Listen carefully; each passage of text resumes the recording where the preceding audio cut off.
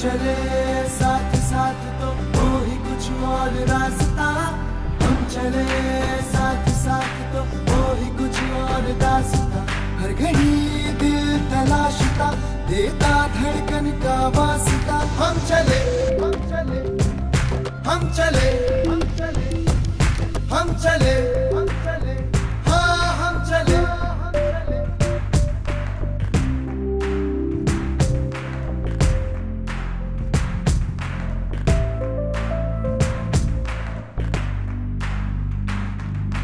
बढ़ चले हम यूं बन पवन, खिल गए प्यार का चमन, हर तरफ हो बहार बस, महक जाए ये ज़मीं गगन, लग रही मन में लगन, जुड़ रही है आस्था, हम चले हम चले हम चले हाँ हम चले। Yes, peace is possible. I think each one of us have to contribute in our own way. Everyone should try to live in harmony. They should try and strive for peace. Only then it can be achieved. सब individually उसके लिए contribute कर सकते हैं and individual efforts के through peace is very much possible. मन में ना हो किसी के बैर, किसी से कोई हो ना वैर, सामने हो सो मुश्किलें, और हो जाऊं पे तेरे, मांगता दिल भी है ये खैर, अपना मंजर तराश दे, हम चले हम चले हम चले हाँ हम चले। हम चलें साथ साथ। Peace is possible. हम चलें साथ साथ। हम चले साथ साथ। हम चले साथ साथ। हम चले साथ साथ। हम चले साथ साथ। हम चले साथ साथ। हम चले साथ साथ। हम चले साथ साथ। हम चले साथ साथ।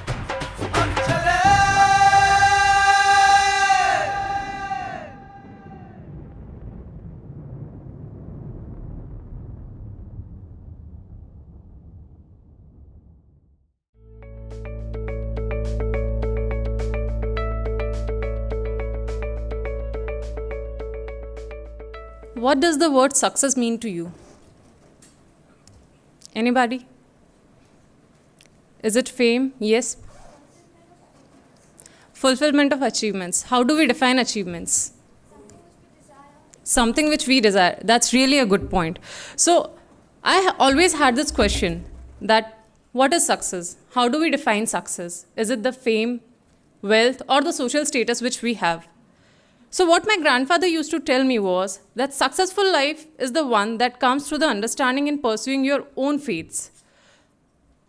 We all have different paths to success. We all want different achievements. Definitely we want to achieve something. But achievements are subjective to each and everybody. They are unique. What is common? That to reach to them, to reach to that path, we all have a set of challenges. One thing is for sure that challenges might be different, but the constant is the challenge. So what do we need to do for that? How do we overcome that? To overcome those challenges, we need a bit of introspection. To help us with this, today we have with us an internationally renowned speaker, Mr. Prem Rawat. On the behalf of whole Infosys family, all the DCs across, I welcome him. A great round of applause for him, please.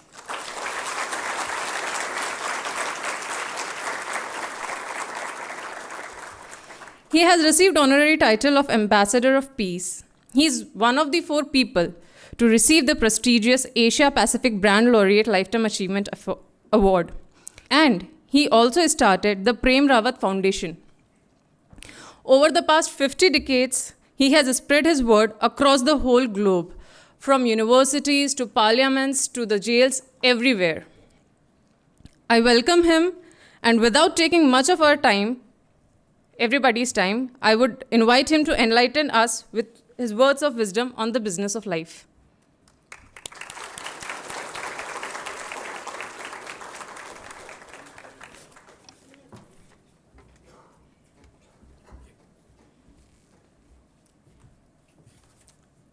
So it's a pleasure to be here this afternoon. And what I have to tell you is a little bit different. Because I'm not going to tell you what the new computer coming out is all about, what the processor speeds are going to be available in the next week. I'm not going to tell you how different things in this world are going to happen. But I'm here to address something very fundamental. And what I'm here to address has something to do with you, not what you do. A question was asked by the MC, which is very interesting. How do you define success? What is success? Did you define success? Or did somebody else define success for you?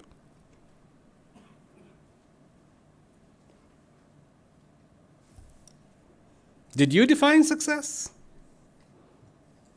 When you were 2 months old, you knew what success was? So, here you are, very interested in pursuing success. And your whole life, you're trying really, really hard, against all odds, to be successful. And you didn't even define it. Somebody else defined it for you. And not only that, as you are pursuing success, right in the middle of it, it could change. This isn't success anymore, that is. So here's something to think about. You're not happy if you don't get what you want.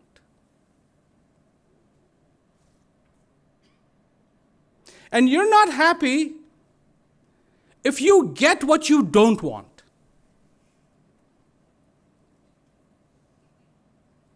And you're not happy even if you do get what you want because you cannot keep it.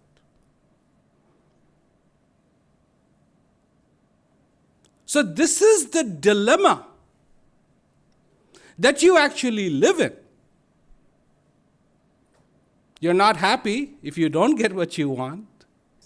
You're not happy if you do get what you don't want. And then you're not happy if you do get what you want because you can't keep it. So now what are you to do? These are the realities. The reality is you were born, you are alive, and one day you have to go. Do you think about that? Of course not. Why? Because when you were born, you have no memory of it. You had no idea what happened.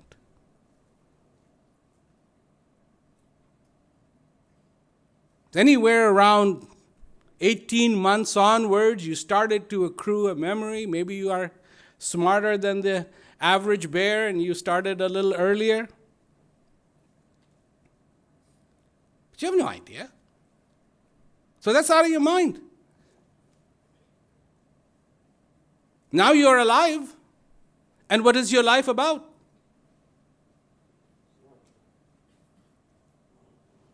What is your life about? A whole bunch of memories, good and bad, projecting them in the future with a very idealistic picture, incredibly idealistic picture of what the future will be. In your future idealistic picture, do you have gray hair? No. What do you look like? Just like you look like right now. In your idealistic picture,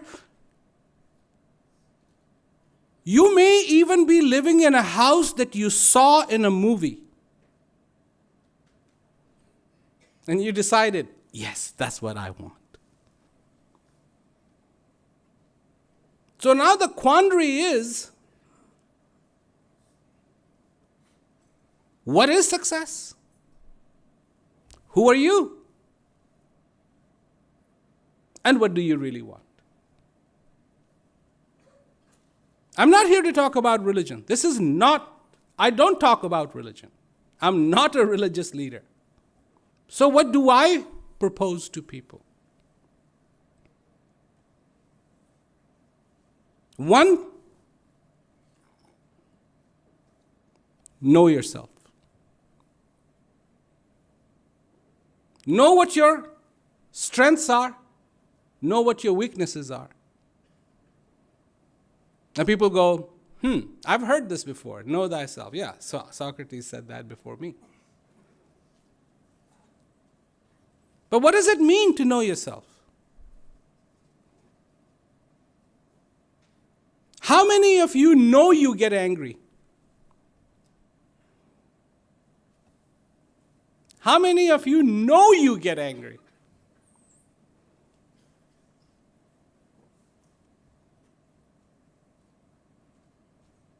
And yet, the very opposite of that anger is also in you, as is the anger. Compassion, love, joy, understanding are also in you. And so is anger, so is fear, so is doubt, so is hate. These things don't come from outside of you, they come from inside of you. Ignorance is in you, knowledge is in you as well. Darkness is in you, so is the light. Hate is in you, so is the love. And when? 24/7, 365. It has been like that since the day you were born, and it'll stay like that till the day you die.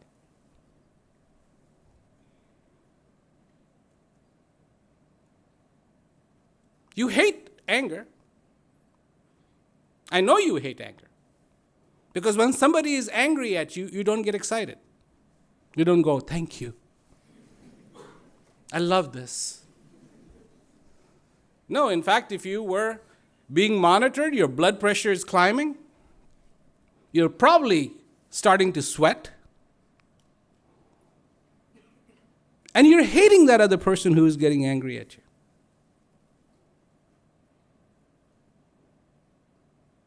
That's how much you actually hate anger. But do you know, when you get angry, even in that moment, the love is in you? Compassion is in you. You don't lose these. When you go into a room and you want to be alone and you lock the door and you think you're alone, right? Your anger just came in with you. Your sadness came in with you. Your fear came in with you. But knowing yourself is all about not only knowing those things, but also knowing that the light is in you, that the understanding is in you, that the compassion is with you, and you're never void of this. This is the power of knowing yourself. This is the power of understanding. Marcus Aurelius once said, the universe is about change. Life is about understanding.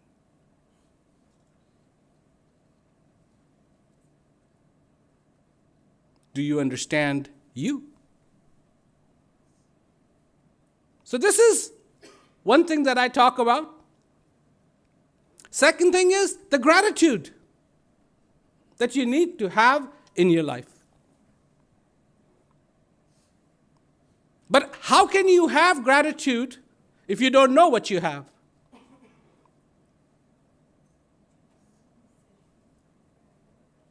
Do you not see yourself as here, always wanting to go here? And it's never the other way. It's never you are here and you want to be here. No, it's always here and I want to be here. And if you move along to your satisfaction, thank you. I feel good. If this doesn't happen, you find yourself stuck here, and you want to go here, you find yourself stuck here, are you thankful? Oh, I'm so thankful to be here.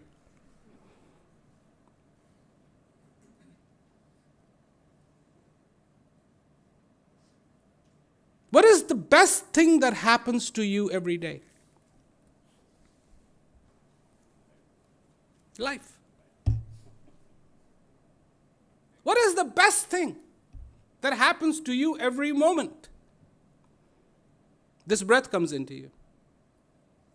Are you thankful for it? No. Why? It's too common. Till one day, it becomes hard to take that breath in.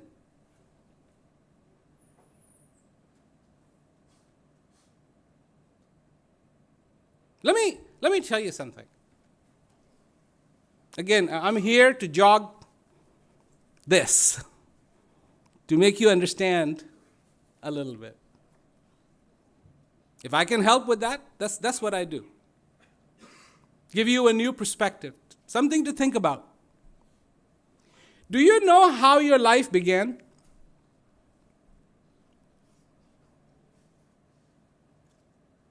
It began with inhaling the first breath. Has to happen that way. There's nothing to exhale. And when you were born, before that, your mother and father may have been interested, boy, girl, boy, girl. But in that moment, when you just came out, nobody cared about boy or girl. The attention was to only one thing. Breathing, not breathing. Not breathing, problem. The doctor picks you up, whack. Everybody wants to hear that, wah, because that means you are breathing. Mera Raja Beta, not important. No Raja Beta, no Raja Beti, no nothing. You don't go home. You don't go home. If you were born in a hospital, you don't get to go home if you're not breathing.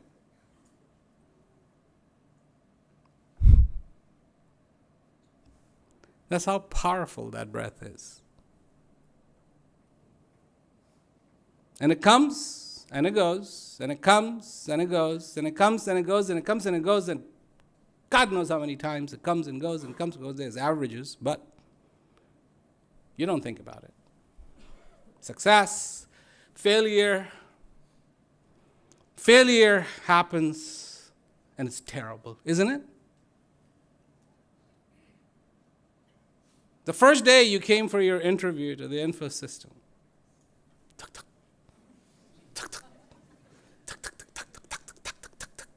right? I hope I make it.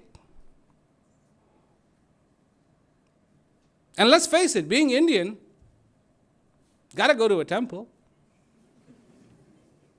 Get some prasad, get the blessings of mother, father, and anything and anyone else in between.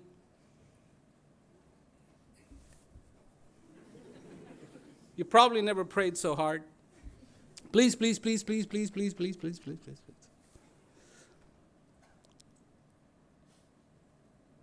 Why? Can I ask why?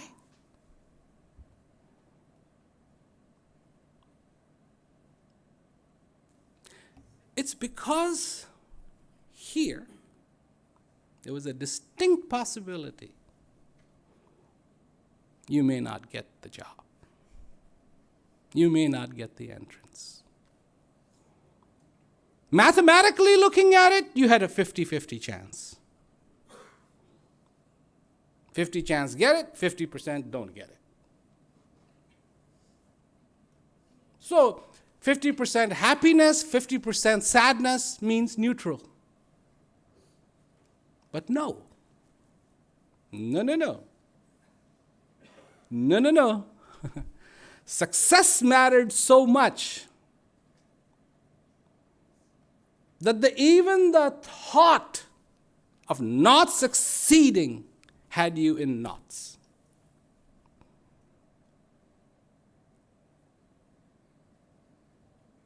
And God forbid the interviews in the morning, right? You don't know whether to eat breakfast or not eat breakfast. If you eat breakfast, it's no good. If you don't eat breakfast, it's no good. Oh, by the way, was the breath coming into you all this time?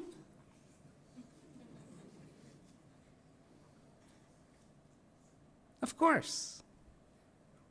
Were you thankful? No. Where was your focus? My job, my life, my career, my success.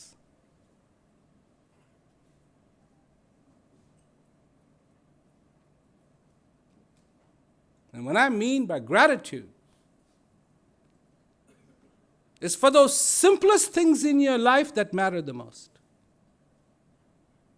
Like this breath, like this life, that you are alive. If the gratitude is only going to be about the fulfillment of your dreams, one, you're not going to have too much gratitude.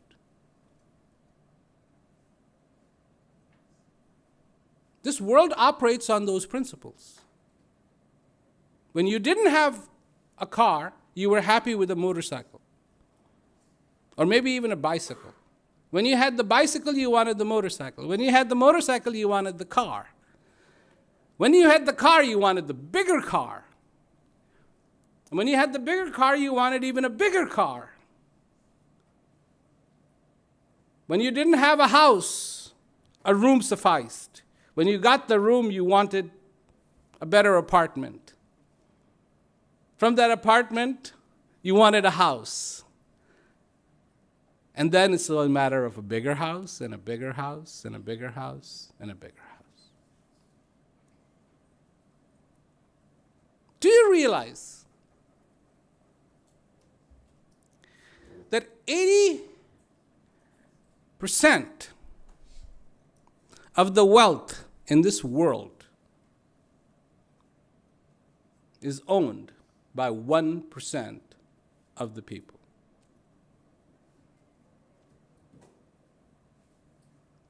You understand that, right? I'm not making this up. This was in the news. 80% of the wealth is owned by 1% of the people. So let's see, the reverse math would be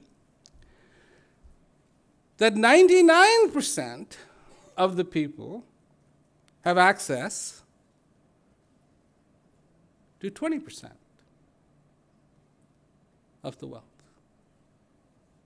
Right?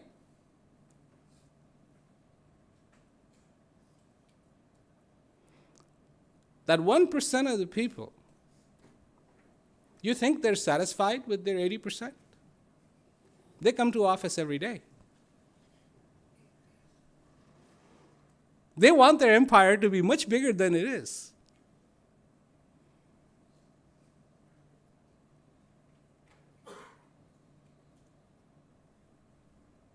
And you want to climb the ladder of success, right? Ask yourself a question based on that statistic of 1% of the people owning 80% of the wealth. How many rungs are left in this ladder? You know what rungs are? ladder, and all the steps, these are called rungs. How many rungs are left in this ladder? From where I'm standing, not any. All that 1% took all the rungs with them. And now all there is 2 poles.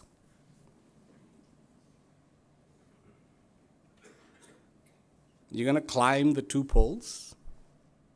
What is success? I always say this. Raja beta. Mother says Raja beta. Father says Raja beta. What Raj? Where will your Raja rule?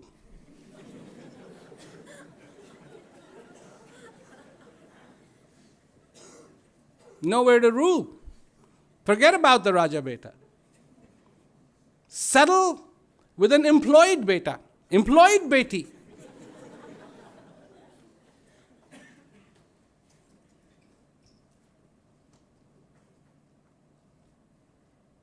And yet, the value of understanding the self lies exactly in really what your true success is all about. If you understand that you being alive is being successful,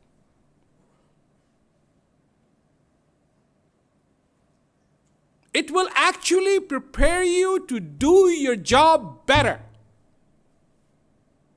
Because the expectations you have of you and your job will be more realistic.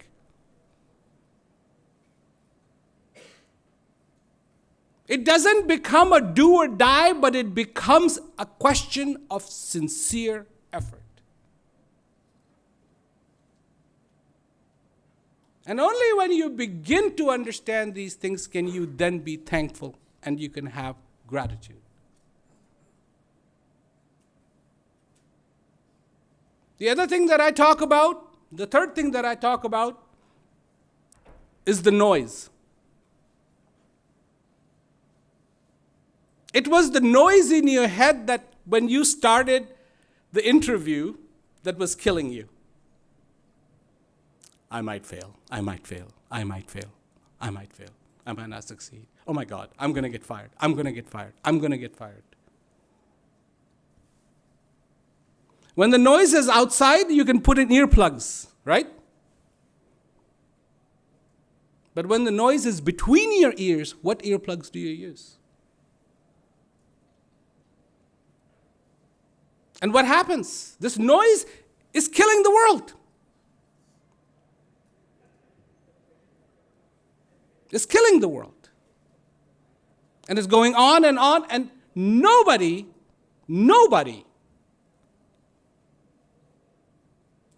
is even trying to say, how can I take this noise down? That noise is not real.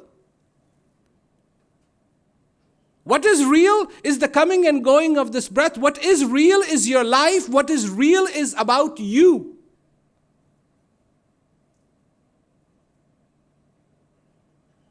And that's why it is the business of life. The business of life isn't selling mangoes. The business of life is understanding life. And if you are not understanding life, you are not in the business of life. Because that is your first and foremost business.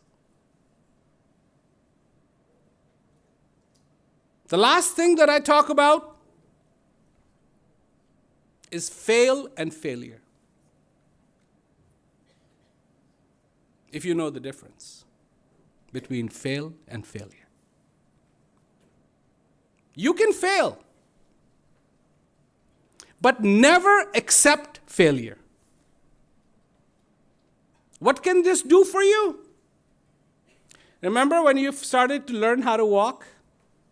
Or if you have seen a baby learning how to walk? Does that baby fail? Yes. Gets up and falls down. But does the baby accept failure? Gets up again takes another step and falls down. Did it fail? Yes. Did it accept failure? No. Gets up again, tries it again, and one day, that baby can walk. How about you? Do you accept failure? Like that? You fail and, oh, okay, I'm done. I'm finished. I didn't succeed. If you can understand these four things, the tremendous difference it will make in your life, the tremendous difference it will make in your understanding, in your outlook, in whatever it is you have to do. Mind you, I didn't say you have to sacrifice your success. No. But you have to reframe it and make it real. Should you be wealthy? Of course. Why not? If you can change that equation of 1%, that'd be great.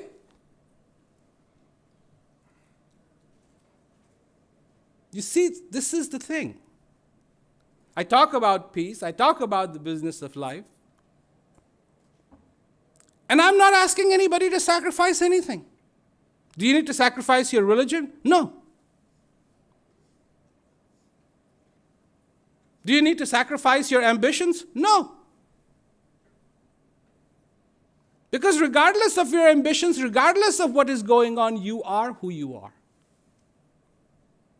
The only thing that you haven't learned about, obviously you've been to school, obviously you've been to college, obviously you've been to university. What you didn't learn about is you. You have no idea when it comes to you who you are.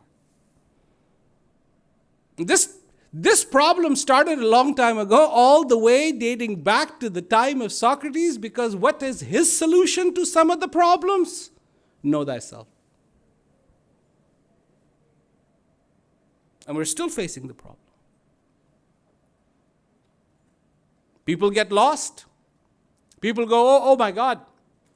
And I was recently in Barcelona being interviewed on the whole megatrends thing. Oh, what about artificial intelligence? What's going to happen when artificial intelligence comes? What about robots? What's going to happen when robots come? You know what my answer is?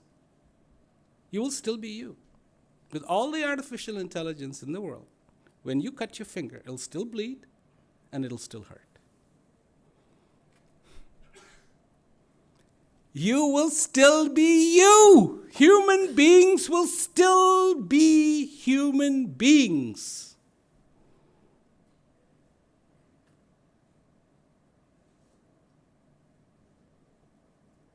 You are unique. You have two things in your life that are incredibly powerful. One is you can understand your need, and the second is you have imagination.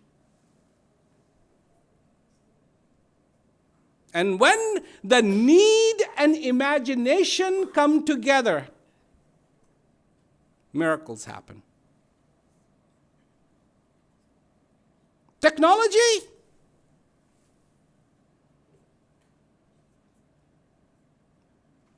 Don't get too cocky about the technology. It'll change. It'll change. Believe me, it will change.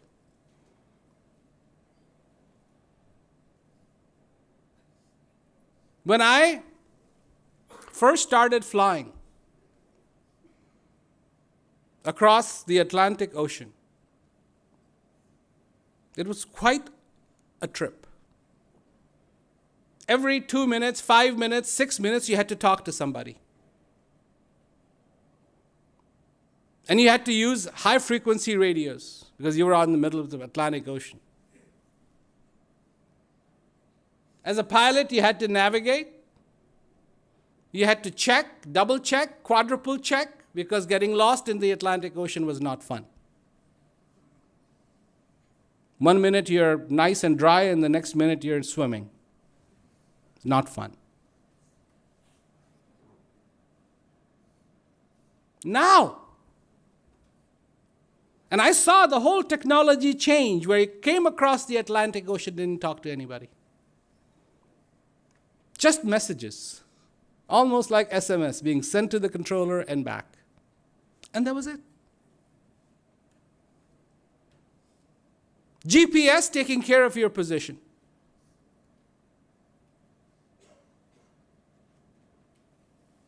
All this technology. Right now, you're very proud of your phone. Look what I got. 4K. 4K display. It has a 4K camera. It can do this. It can do that. And someday people will laugh at you for having a phone. And what was the stupid thing they used to carry around, charge it every so many hours, and get incredibly frustrated when they ran out of a charge? And some of them actually used to carry these little batteries on the side that were bigger than the phone just to make sure that the phone was charged.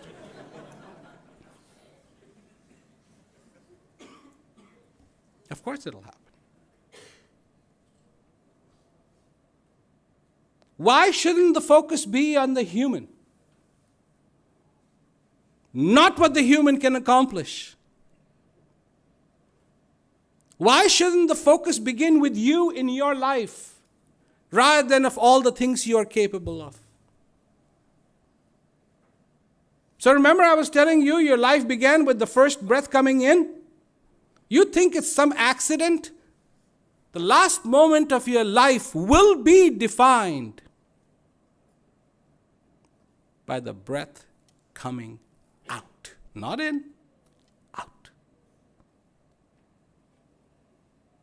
Still, in many places, the standard operating procedure for the doctors before they sign the death certificate, after seeing the great monitor go beep, they take their finger, modern, high-tech technology, and go put it under the nose and see if you're still breathing. If the monitor says you're dead, because all the lines are flat, if the monitor says you're dead and you're still breathing, the doctor is not going to hit you, it's going to hit the monitor. The doctor is not going to say, look, you're dead, why are you breathing? No, it's going to be, this person is still alive, and why is this thing telling me he's dead? Power of your breath.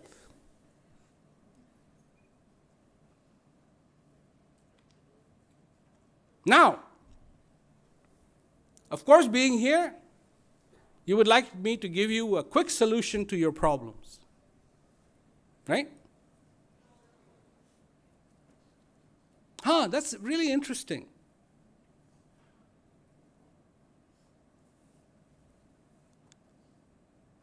Is that what you do? Have you become a problem solver? Have you? Every day?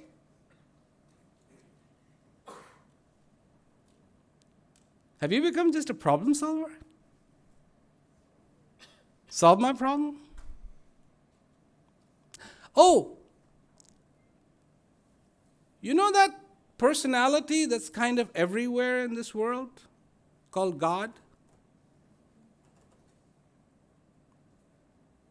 Is God your problem solver? Is that what is? Just wondering if that's what God is all about to you. Solve my problem. I talk to people about peace and they ask me, what is peace? And I say, to you, it's solving your problems. If you're sleeping in your room and the neighbor's dog is barking, your peace is if the dog stops. Problem solved. If you can't get your child in a school that you want them to go to, What would the peace be if this problem got solved? Then I'll be in peace.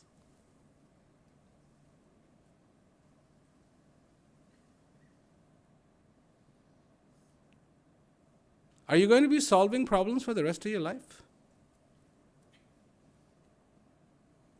Oh, yeah, and there's another big problem that's coming your way. You're working so hard. When you retire, all this wealth that you have earned will go to the hospitals, not as charity.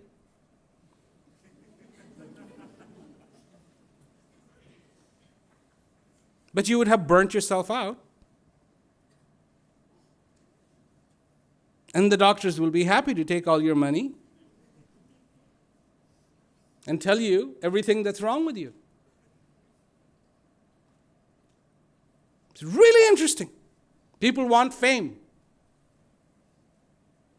I want to be famous. Then what? Famous just today actually just means everybody knows you. Now they can take pop shots at you. If they don't know you, nobody will hate you. But if they know you, there will be somebody who will hate you. So, understanding who you are,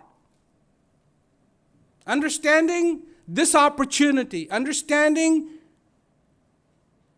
this, what you have been given brings the gratitude, understanding yourself brings strength. Stopping the noise brings comfort.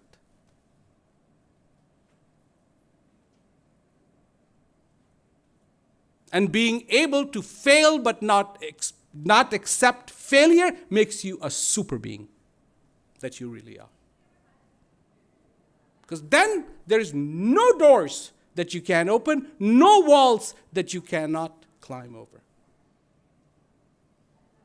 Just those 4 things. The business of life. The core theme, if you live your life unconsciously, your business is going to fail. If you live your life consciously, your business is going to thrive, and the business is the business of life. You want your life to thrive. Do you want success or do you want happiness?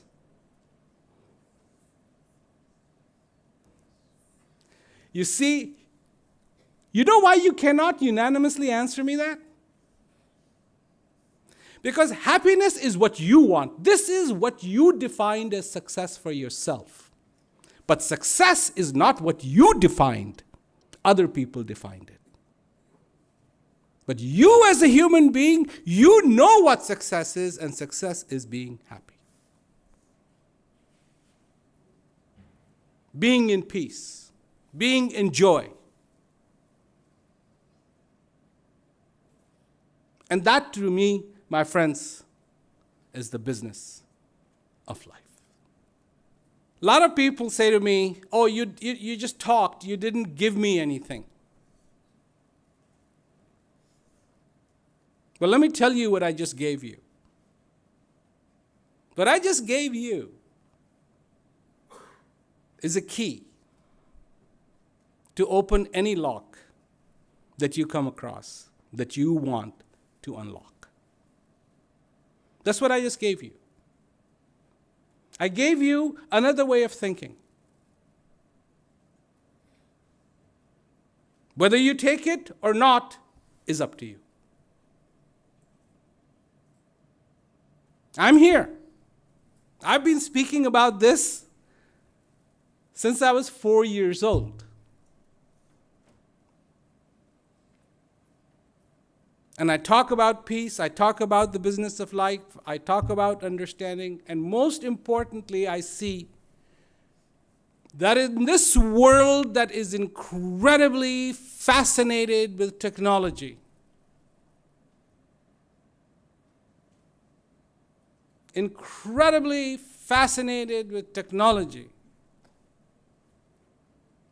I see the importance of my work which is to keep people in touch with themselves. We, here in India, we know the story of Mahabharata. We know the story of Mahabharata. Are the problems any different? No.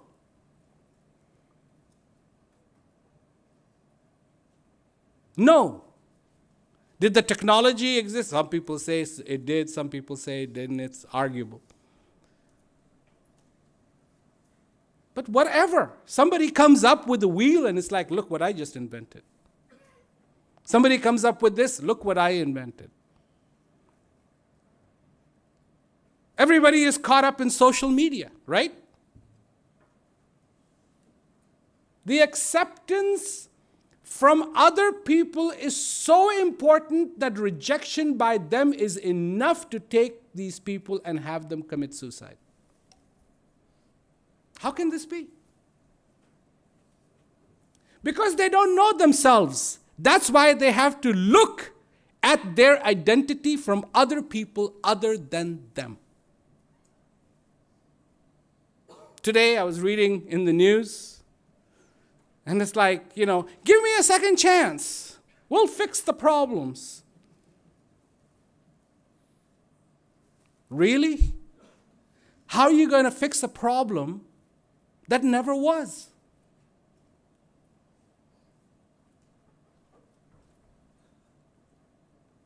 And to me, whatever happens to you, please never forget who you are.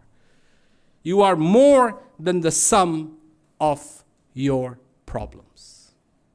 So that's what I wanted to say to you. I hope this helps you. I hope it in some way makes your life a little more comforting, that it gives you a vision, that it puts things in proportion, because that's really important. So thank you very much.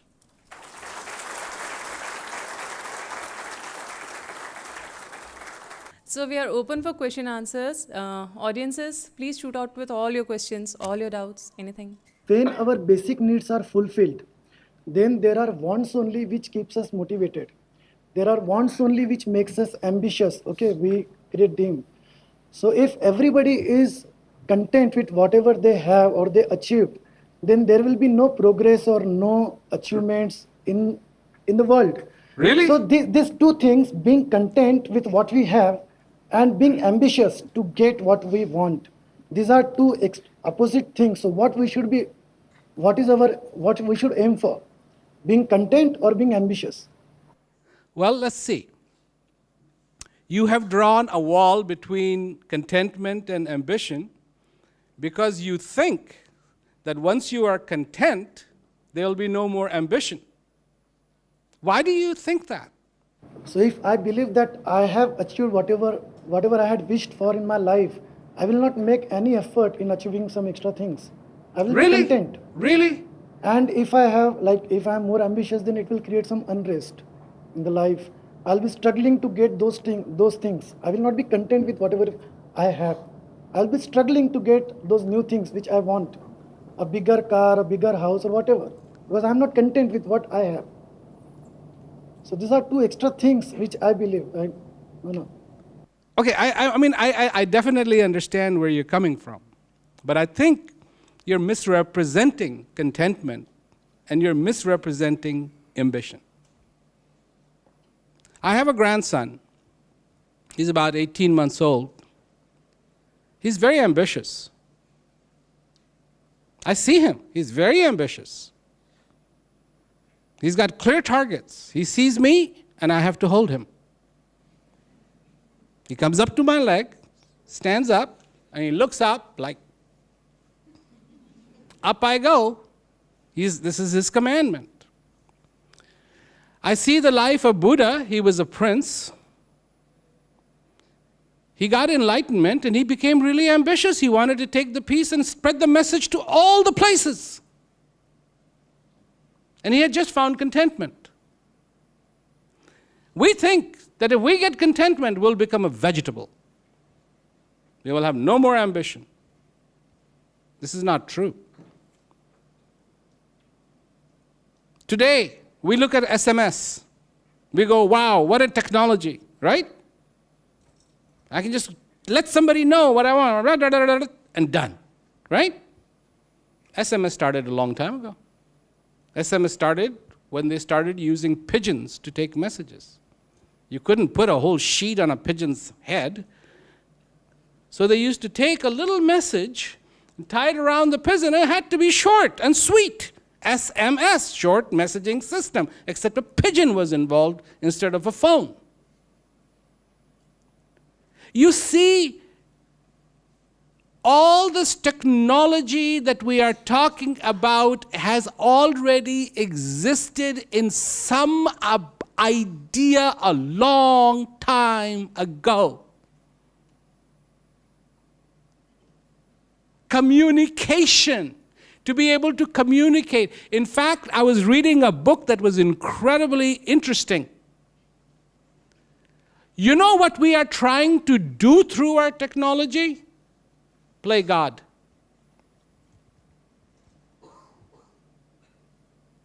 Play God. You have heard about how the gods could just talk to somebody over the air, right? Satellite communication, beaming messages, particular person anywhere in the world. A human being is ambitious by very nature because he has in him incredible imagination. Imagination. And this imagination that comes out is not to hurt anybody, but to embellish what can be embellished. And so when a person is content, that person is only triggering in them a nature of their very own, and they don't have to suppress the other nature that a person has, which is ambitious. And both will harmoniously live. There is absolutely no reason. You look at an Indian truck, right? And they're incredibly decorated. You think that helps with its performance? It says in the back, horn, please, okay, tata, and then all the different blessings, and buri nazar wale tera muh kala, and all. How do you think that actually helps the performance of the truck? None. Absolutely, it is not connected to the engine, the brakes, the air brakes, nothing. But it looks nice to somebody. It's a standard procedure now. When you wash your car, how does it actually help with performance? Now, I can understand if it's going to drive at a speed of 130, 140 miles an hour, the dirt could actually slow it down. But at 50 kilometers an hour, no amount of dirt is going to make an aerodynamic difference. So we have certain things in us that we are very ambitious about. And both can coexist, and both are acceptable.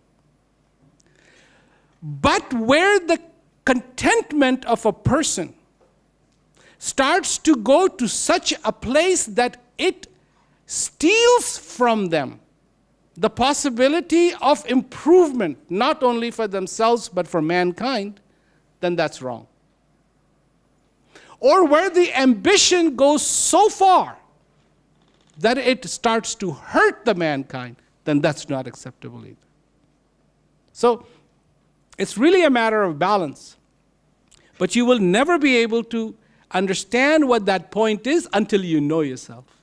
Because if the information is only going to come from outside of what that point is, and you don't feel it in you, you will never understand it. So that's, to me, it's like peace does not bring a vegetative state of mind. It doesn't. A lot of people think it does. You become a vegetable. No.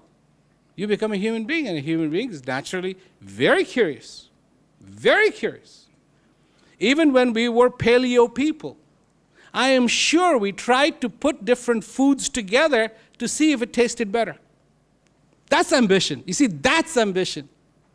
Or somebody said, oh, look, this flower looks nice on me. That's ambition. And that's been going on for a long time, thousands and thousands of years. And so to me, both can harmoniously live in a person. So I hope that helps. When you said that our definition of success is given by others, what did you mean by that? Well, because the success and the platform, the success is defined by other people, not us. If you make so much salary, if you have this position, if you have this post, if you have a house like this, if you are like this, then yes, you're successful. It's not defined by us, it's defined by other people. Society defines so much of this. And that's what I mean. And we accept that. When you go to give an exam and you get 80%, you passed. You get 80%, you've passed. Is the exam really defining what you know? It's not. It can never define what you know. But the teacher wants to know, do you have an answer to this question? Do you have an answer to this question? Do you have an answer to this question? Do you have an answer to this question? You may not have answer to those questions that the teacher asked that compose the 20 other marks that you missed, but you may have known a lot more. It is not about passing the test at the end of the day. It is about knowing what you need to know. And that's what I mean by that. Okay?